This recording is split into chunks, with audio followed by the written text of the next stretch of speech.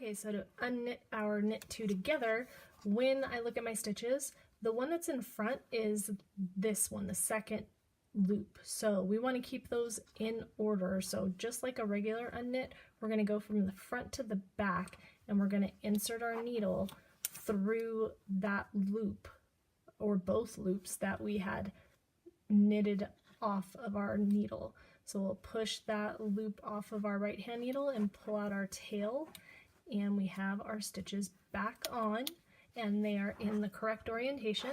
They have the right loop facing the front, so it's just a perfect easy way to unknit these. So remember, if you keep tension and pull down, you'll see the loops that you worked through. There should be one single hole for both of them since you worked them at the same time. So push that off, pull out your tail, and there you go, you have an unknit stitch. So that's how you're going to unknit your knit two together. If you have any questions, leave them below, and thank you for watching.